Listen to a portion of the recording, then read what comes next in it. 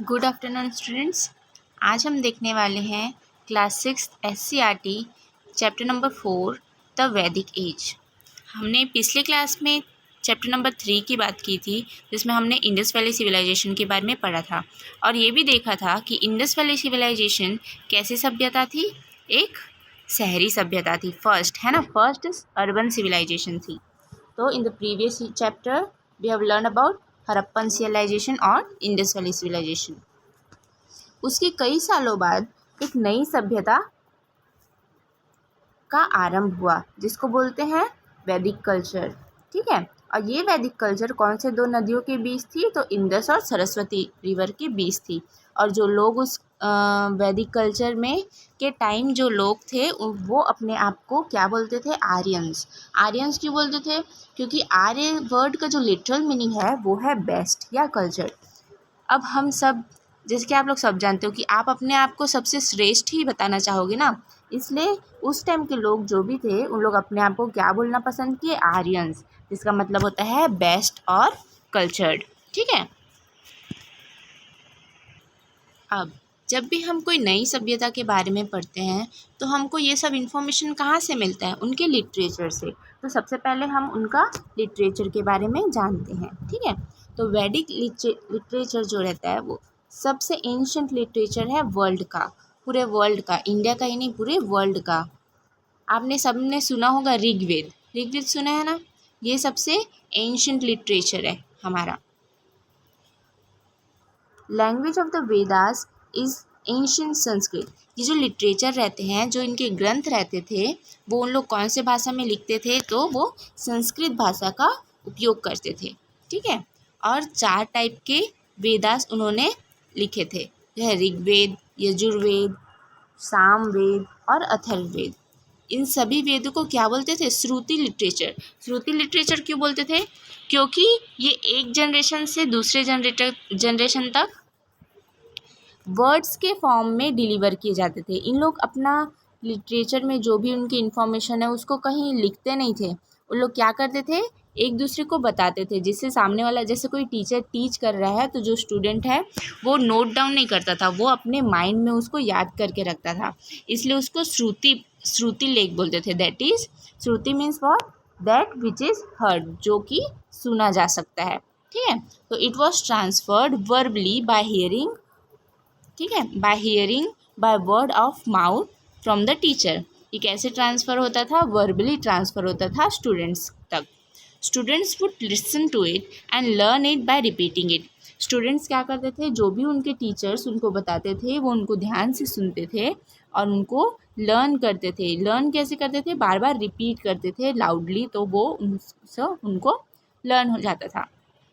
तो इस तरीके से वो जो इन्फॉर्मेशन रहता था या जो नॉलेज रहता था वो एक जनरेशन से दूसरी जनरेशन तक पहुंचा जा सकता था। ठीक है, अब नेक्स्ट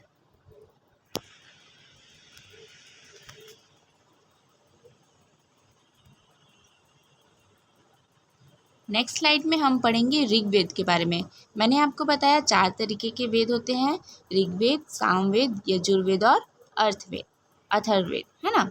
तो हम लोग फर्स्ट, जो कि सबसे पहले आया, वो कौन सा वेद आया? ऋग्वेद। ये सबसे एंशियंट टेक्स्ट है। ठीक है, ancient text of the world. The mantras are called suktas. इसमें जो भी मंत्र लिखे रहते थे उसको क्या बोलते थे? सूक्त कहा जाता था। क्या बोला जाता था? सूक्त। सूक्त का मतलब क्या होता है? जो कि करेक्टली स्पोकन हो, जो कि शुद्धता से बोला जाता हो। ठीक है, इन सूक्तास में क्या होता था? गॉड्स एंड गॉडेसेस, मतलब ये देवी और देवताओं को पूजने के लिए इनमें मंत्र लिखा हुआ रहता था। अब जो वैदिक एज है उसको हम लोग मेनली 2 कैटेगरीज में डिवाइड कर सकते हैं। फर्स्ट है अर्ली वैदिक पीरियड और सेकंड है लेटर वैदिक पीरियड। जो पहले आया वो अर्ली, जो बाद में आया वो लेटर। ठीक है, तो सबसे पहले हम लोग पढ़ेंगे अर्ली वैदिक पीरियड और इसी को क्या बोलते हैं? ऋग वैदिक पीरियड। ठीक है, तो ऋग वैदिक पीरियड में जो भी पीपल रहते थे, मतलब जो लोग थे, वो कौन से रीजन में निवास करते थे? तो सप्त सिंधु प्रदेश। सप्त सिंधु मतलब 7 जो रिवर थी ना, हम लोग पिछले वाले चैप्टर में देखे थे, इंडस रिवर की 7 ट्रिब्यूटरीज रहती थी, है ना। तो उन 7 रिवर का जो एरिया रहता था, जो प्लेन्स रहते थे उन रिवर के बीच में, उसमें ये ऋग्वैदिक पीपल लोग निवास करते थे। ठीक है। The area was covered by the reverse Indus and it's tributaries. Indus और उसकी जो सहायक नदियाँ थी उससे जो घिरा हुआ एरिया रहता था उसमें ऋग्वैदिक पीपल निवास करते थे। ठीक है। अब the main occupation of the people was cattle rearing. Cattle rearing मतलब जो देखो हम कहीं भी रहते हैं तो हमें खाने की आवश्यकता रहती है, बाहर रहने के लिए शेल्टर की आवश्यकता रहती है ना। तो ये सब आवश्यकता को पूरी करने के लिए हमें कुछ ना कुछ ऑक्यूपेशन करना पड़ता था।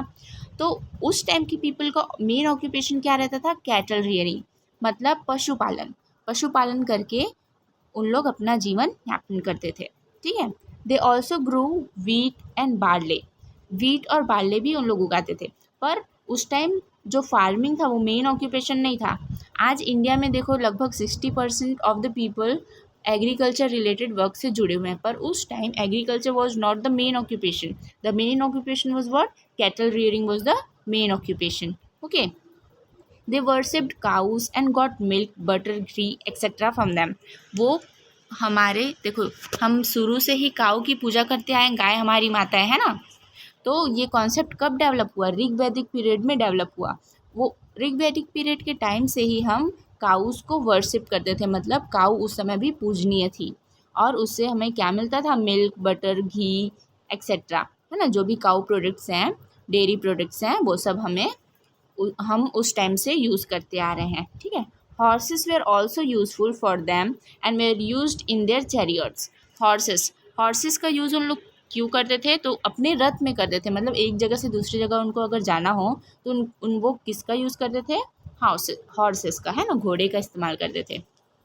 अब काऊ और हॉर्स के अलावा भी उन लोग कुछ कुछ एनिमल्स रखते थे, जैसे कि गोट्स, शीप्स, डॉग्स। डॉग्स क्यों रखते होंगे? बताओ। वो डॉग्स अपनी रक्षा करने के लिए रखते थे, है ना। They graze their cattles in common grazing field. अब उस समय क्या होता था? एक बड़ा सा एरिया ग्रेजिंग के लिए ही, पर्टिकुलरली ग्रेजिंग के लिए छोड़ दिया जाता था। जो भी शिप्स, गोट्स ये सब रहते थे ना, वो वहाँ जाके चारा खाती थी। ठीक है। If there was a scarcity of fodder, they would go and settle to a new place. अब अगर उस एरिया का जो भी चारा समाप्त हो जाता था तो उन लोग उस एरिया को छोड़ के किसी दूसरे एरिया में शिफ्ट हो जाते थे, है ना। Important craftships were those who built chariots. The Aryans women would spin and weave cloths. इसमें उस टाइम के लोग क्या बनाते थे? Important craftsman. जैसे आजकल तो बस, बाइक ये सब चलता है, पर उस समय तो सिर्फ रथ वथ चलता था ना। तो उस टाइम के क्राफ्टमैन क्या बनाते थे? चैरियट्स बनाते थे। और जो महिलाएं रहती थी वो क्लॉथ बुनती थी। नेक्स्ट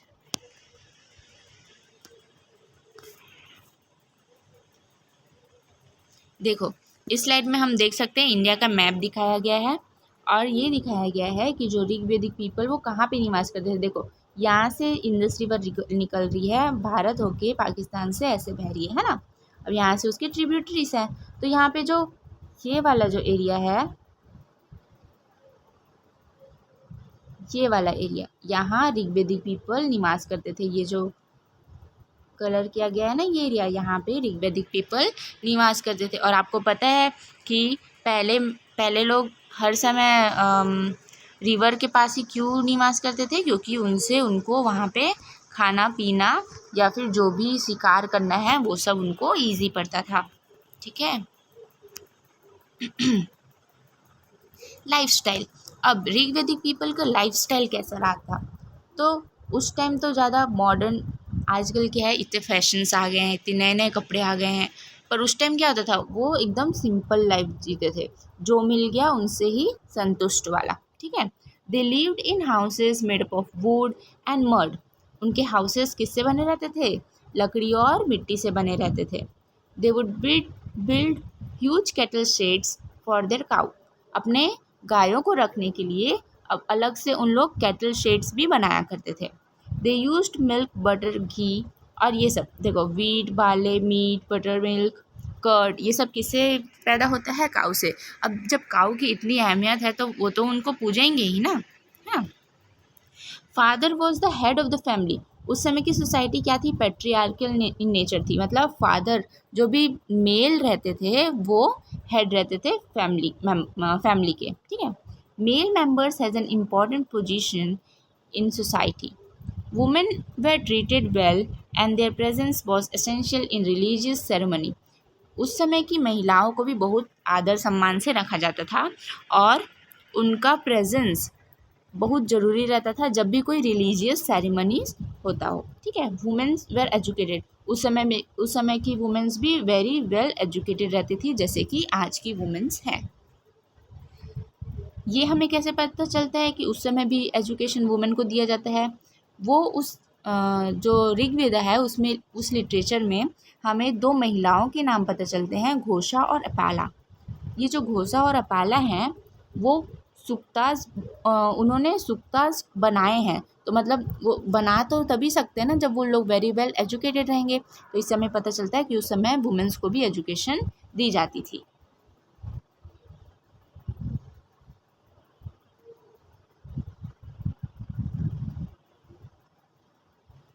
नाउ सोसाइटी, उस समय की सोसाइटी कैसे रहती थी? तो ड्यूरिंग द वैदिक period family was the basis of society. Society का जो बेस होता है वो क्या रहता था? फैमिली। फैमिली, बहुत सारी फैमिली मिलके एक सोसाइटी बनाती थी।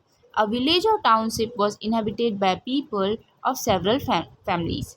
दे were all related to each other. People of several villages were collectively called जनास।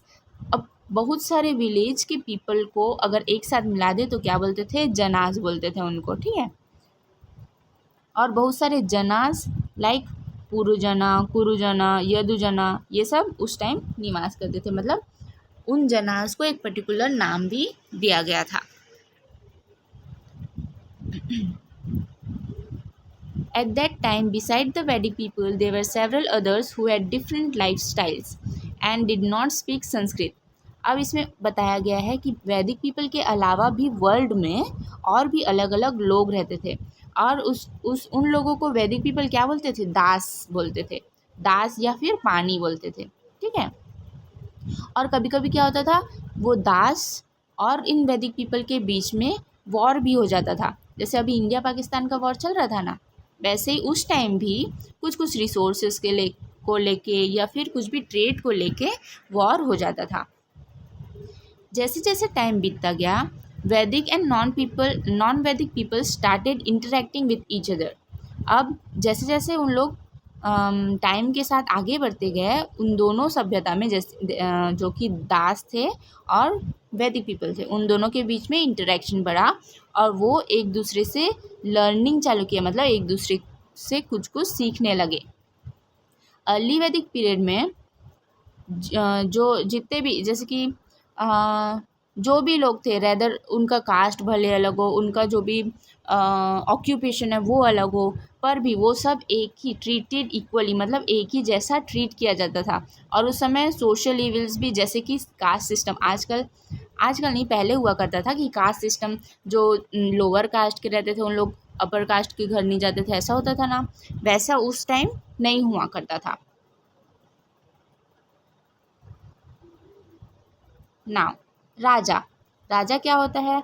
ये तो नाम से ही पता चलता है कि उनका जो भी हेड रहा होगा उसको उन लोग राजा बोलते होते हैं, बोले होंगे, है ना। तो from the Rigveda we learn that in those days all the male members, जो कि मेल मेंबर्स थे जना के, जना किसको बोलते थे? पीपल्स, है ना। जो भी विलेजेस के पीपल थे उनको कलेक्टिवली क्या बोलते थे? राजा, जना बोलते थे। अब वो जना मिलके क्या सेलेक्ट करते थे? राजा सेलेक्ट करते थे। जैसे कि आज हम लोग अपने प्राइम मिनिस्टर को, अपने मिनिस्टर्स को सेलेक्ट करते हैं ना, वैसे ही उस टाइम भी पॉलिटिकल वे में, मतलब उस टाइम भी डेमोक्रेसी थी, उस टाइम भी लोग अपने राजा को खुद सेलेक्ट करते थे। उस राजा का क्या ड्यूटी रहता था? तो उसका ड्यूटी रहता था कि जब भी वॉर का सिचुएशन हो वो अपने जनास को लीड करेगा, है ना, और परफॉर्म यज्ञ and maintain law and order. Law और ऑर्डर को मेंटेन करवाने का ड्यूटी किसका था? राजा का था। अब जो राजा था वो नॉट हेरिडिटरी, मतलब उसका जो पोस्ट था ऐसा नहीं था कि राजा का बेटा ही राजा बनेगा। इसमें यह था कि जो भी उसके काबिल हो ना, जो भी लीड करने के योग्य हो, उसको उन लोग सेलेक्ट करके राजा बना दिया करते थे, ठीक। The raja has to consult his subjects on important matters. जो राजा था उनको जो भी डिसीजन लेना होता था तो उसमें उसको क्या करना पड़ता था, अपने सब्जेक्ट्स को मतलब अपने लोगों से पूछ के और उनकी राय लेके ही वो कोई इम्पोर्टेंट डिसीज़न लेता था। वो अपना मन मर्जी नहीं चला सकता था।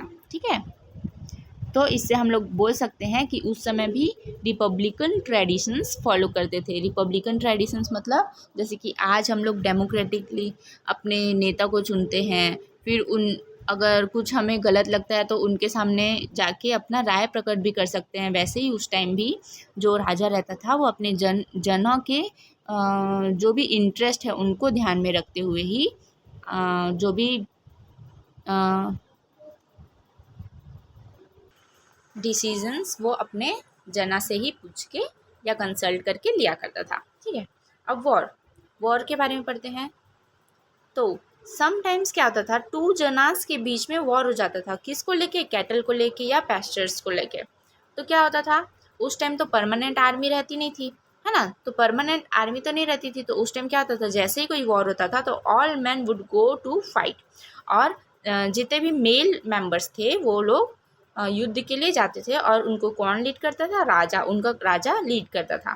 ठीक है, अब जो भी दो जना के बीच में जो भी जना हार गया, उनके कैटल्स और जिन उनके जो भी सामान रहती थी वो डिस्ट्रीब्यूट कर दी जाती थी विनिंग राजा के पार्टी को, है ना। जो भी विनिंग जना रहती थी उनके पास जो डिफीटेड जना है उनकी जो भी प्रॉपर्टीज जैसे कि कैटल और जो भी वेल्थ थी वो सब आ जाती थी। राजा वुड ओकेजनली गेट गिफ्ट्स। वो जो राजा रहता था उसको जो जना के जो भी मेंबर्स रहते थे, जो भी लोग रहते थे, वो ओकेजनली मतलब कभी कभी गिफ्ट्स दे देते थे जिससे उसका परिवार चल सके, राजा का परिवार चल सके। जैसे कि मिल्क दे देते थे, कोई कोई घी दे देते थे, काव देते थे। वो अपने जितना भी उसका आवश्यकता उसको रख लेता था और बाकी को वो फिर से डिस्ट्रीब्यूट कर देता था।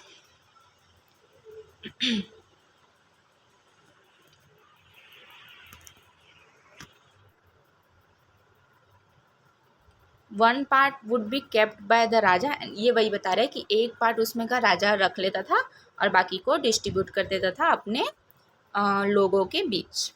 ठीक है, ऋग्वेदिक टाइम में देवी देवता और यज्ञों के बारे में पढ़ते हैं। ठीक है, जो भी वैदिक पीपल रहते थे वो यज्ञ परफॉर्म करते थे टू प्लीज गॉड, मतलब गॉड्स को खुश करने के लिए वो यज्ञ परफॉर्म करते थे। और उस यज्ञ में जैसे उनको कुछ भी चाहिए, जैसे कि इस डिसीज़ से मुक्ति चाहिए या उनको बेबी नहीं हो रहा है तो इसलिए भी परफॉर्म करते थे, या उनको वेल्थ चाहिए, तो ये सब मांगने के लिए उन लोग क्या परफॉर्म करते थे, यज्ञ परफॉर्म करते थे।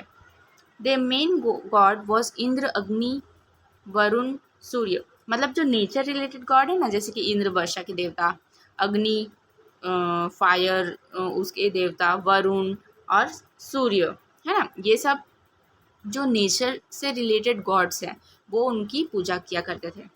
They would offer milk, curd, मतलब गॉड को खुश करने के लिए उनमें वो दूध, दही ये सब चढ़ाते थे।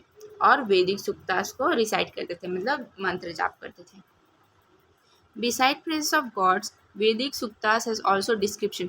जो मंत्र रहते थे उसमें ये तो सही बात है कि गॉड को खुश करने वाले शब्द या मंत्र रहते थे, पर उसके अलावा भी नेचर का डिस्क्रिप्शन और जो भी थॉट्स है, ओरिजिन ऑफ वर्ड से रिलेटेड जो भी थॉट्स है वो भी उस सूक्तास में रहते थे। अब जो हमें वैदिक एज से, वैदिक कल्चर से जो ग्रेटेस्ट गिफ्ट्स मिला है वो 3 है।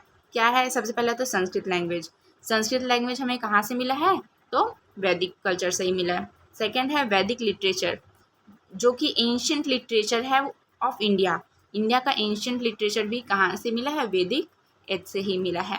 रिपब्लिकन ट्रेडिशंस, जो कि हम आज रिपब्लिकन ट्रेडिशंस फॉलो करते हैं गवर्नमेंट चूज करने के लिए, वो भी उसका स्टार्टिंग कहाँ से माना जाता है, तो वैदिक कल्चर से ही माना जाता है। अब हम पढ़ेंगे लेटर वैदिक पीरियड के बारे में। हम लोग 2 कैटेगरीज में डिवाइड किए थे वैदिक एज को। फर्स्ट था अर्लियर वैदिक पीरियड और सेकंड है लेटर वैदिक पीरियड।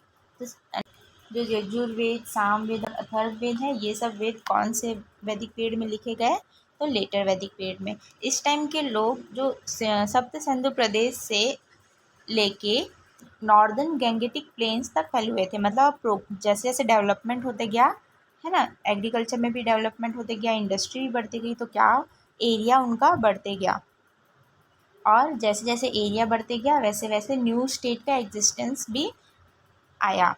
और न्यू स्टेट्स मतलब कि जो भी जन थे वो पहले एक दो तीन गांव में ही सीमित रहते थे, पर अब जैसे जैसे एग्रीकल्चर बढ़ा, पॉपुलेशन भी बढ़ते गया, तो जनपद क्रिएट हो गए। जनपद मतलब जो कि जो जन जन किसको बोलते थे, जो भी पीपल रहते थे उसको जन बोलते थे। अब वो जहाँ रहेंगे उसको क्या बोलेंगे, जनपद बोलेंगे। ठीक है, तो बहुत सारे जनपद जैसे कि कुरु जनपद, पांचाल जनपद, सुरसेन जनपद, ये सब डेवलप होने लगे। ये देखो, इस मैप में देखा जा सकता है कि जो भी जनपद थे, जैसे ये हो गया कुरु जनपद, यह है पांचाल जनपद, यह है मद्र जनपद, ये मत्स्य जनपद, ये सब जनपद डेवलप होने लगे धीरे धीरे।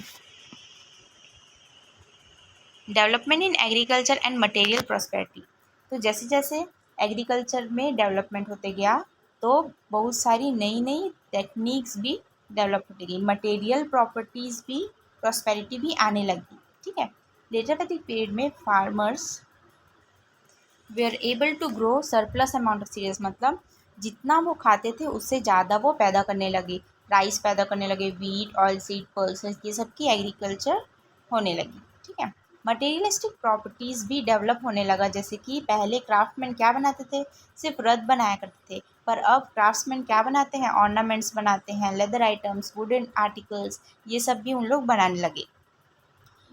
Different metals specially irons, iron का यूज़ यहाँ से स्टार्ट हुआ। कौन से आयरन का यूज़ स्टार्ट हुआ, तो लेटर वैदिक पीरियड से आयरन का यूज़ स्टार्ट हुआ। और आयरन को उन लोग क्या बोलते थे, कृष्ण अयस्क या ब्लैक मेटल बोलते थे। कृष्ण किसको डिनोट करते हैं, ब्लैक कलर को डिनोट करते हैं ना, तो कृष्ण अयस्क भी आयरन को बोला जाता था। ठीक है, ये सब इन्फॉर्मेशन हमको कहाँ से मिली है, वैदिक लिटरेचर, वो 3 लिटरेचर थी ना जो अथर्ववेद, सामवेद और यजुर्वेद, इन सब से ये सब इन्फॉर्मेशन मिली है। Things like clay pots, iron tools, ये सब भी बनने लगे। ठीक है, और एक्सकेवेशन, जैसे कि अभी जो पुरातत्व विभाग हमारे जो खुदाई करता है ना, तो उसके एक्सकेवेशंस में ये सब मिलते हैं, क्ले पॉट्स, आयरन टूल्स, उस समय के जो भी क्ले पॉट्स रहते थे वो सब अभी भी मिलते हैं। ठीक, society and religion, letter Vedic period में सोसाइटी कैसा रहता था, तो इन लेटर वैदिक पीरियड उस समय की फैमिली जॉइंट फैमिली सिस्टम होती थी। मतलब जो भी भाई रहते थे एक ही सेम जनरेशन के, वो सब एक ही फैमिली में एक ही घर में निवास करते थे। और उनका हेड कौन रहता था, जो भी सबसे सीनियर मोस्ट मेल है उसको बोलते थे गृहपति, वो हेड होता था। ठीक है, अकॉर्डिंग टू वैदिक literatures men's life was divided in 4 stages. जो भी एक आदमी का लाइफ है, मतलब जो भी एक पर्सन का लाइफ है, उसको मेनली हम 4 स्टेज में डिवाइड कर सकते थे। फर्स्ट रहता था ब्रह्मचर्य। ब्रह्मचर्य एज में क्या, एक चाइल्ड को एजुकेशन एक्वायर करना रहता था। सेकंड है गृहस्थ। गृहस्थ में वो मैरी करता था और एक फैमिली चलाता था। थर्ड है वानप्रस्थ। वानप्रस्थ में वो अपनी फैमिली से दूर रह के मेडिटेशन के ऊपर ज़्यादा ध्यान देता था। और फोर्थ है लास्ट स्टेज, दैट इज संन्यास, मतलब कंप्लीट रिटायरमेंट, मतलब सब मोह माया त्याग के अपने लास्ट डे को कोई होली प्लेस में, मतलब कोई भगवान से रिलेटेड वाले जो भी होली प्लेस रहते हैं वहाँ जाके अपने बची हुई ज़िंदगी बिताना। Is your family joint family? अच्छा, आप कमेंट करके बताओ आपकी फैमिली जॉइंट फैमिली है या न्यूक्लियर फैमिली है। ठीक है, अब जो भी गृहपति थे वो एंगेज रहते थे फार्मिंग और कैटल रियरिंग में, मतलब जो कि मेन ऑक्यूपेशन रहता था ना उनका फार्मिंग और कैटल रियरिंग, उसमें ही वो बिजी रहते थे। और उनको हम कहते थे वैश्यास। जो गृहपति थे वो कभी कभी अपने राजा को गिफ्ट्स भेजा करते थे। गिफ्ट जैसे कि हम अर्ली वैदिक पीरियड में पढ़े हैं ना, काऊ, शिप्स और घी, कर्ड, ये सब देते थे राजा को। अब जो राजा रहता था वो कौन रहता था, हेड का, जना का हेड रहता था। और राजा के जो रिलेटिव्स और कलीग्स रहते थे उसको क्या बोलते थे, राजन्य। राजन्य कौन होते थे, राजा के रिलेटिव्स या कलीग्स। उनका मेन ड्यूटी क्या रहता था, प्रोटेक्ट करना, जनपद को प्रोटेक्ट करना वॉर के टाइम पे। ठीक है, अब लेटर वैदिक पीरियड में हम जाने कि जो राजा और किंग्समैन रहते थे, मतलब जो उनके रिलेटिव रहते थे, वो क्या करते थे, यज्ञ, बड़े बड़े यज्ञ करते थे, अश्वमेध यज्ञ, राजसूय यज्ञ। ये सब यज्ञ महीनों चलते थे और बहुत सारे पैसे भी खर्च होते थे इसमें। ठीक है, और ये यज्ञ किनके द्वारा परफॉर्म किया जाता था, तो ब्राह्मण्स या पुरोहिट्स के द्वारा परफॉर्म किया जाता था।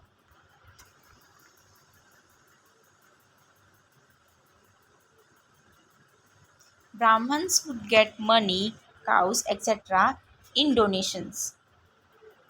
जब ब्राह्मण्स यज्ञ करवाते थे तो डोनेशन में उनको क्या मिलता था, मनी या काऊ, ये सब मिलता था।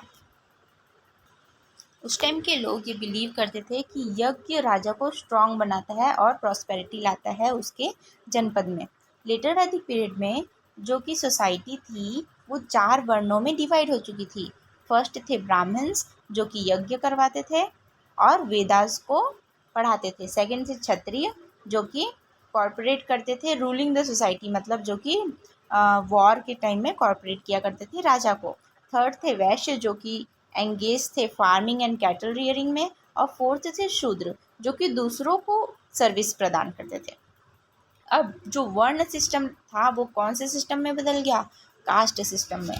ठीक है, कंपोजिशन ऑफ द एपिक्स, जो 2 मेन हमारी एपिक्स है रामायण और महाभारत, वो कहाँ किस टाइम में कंपोज की गई, तो वो की गई लेटर वैदिक पीरियड में। जो रामायण है वो महर्षि वाल्मीकि ने लिखा था कौशल जनपद के ऊपर, और जो महाभारत है वो महर्षि वेद व्यास ने लिखा था कुरु, पांचाल और सुरसेन जनपद से रिलेटेड। ठीक है, दोनों जो एपिक्स है हमारे महाभारत और रामायण, ये है फाउंडेशन है इंडियन कल्चर की। इंडियन कल्चर इन्हीं 2 एपिक्स के अराउंड रिवॉल्व करती है और इन एपिक्स से हमें बहुत सारे इन्फॉर्मेशन मिलती है और हमारी लाइफ भी इन एपिक्स से इन्फ्लुएंस्ड है। इनको पढ़ने से हमें हमारी हिस्ट्री की जानकारी होती है। Thank you. तो इस चैप्टर में बस इतना ही था। अब हम मिलते हैं आपसे नेक्स्ट चैप्टर में। तब तक के लिए टेक केयर। जय हिंद।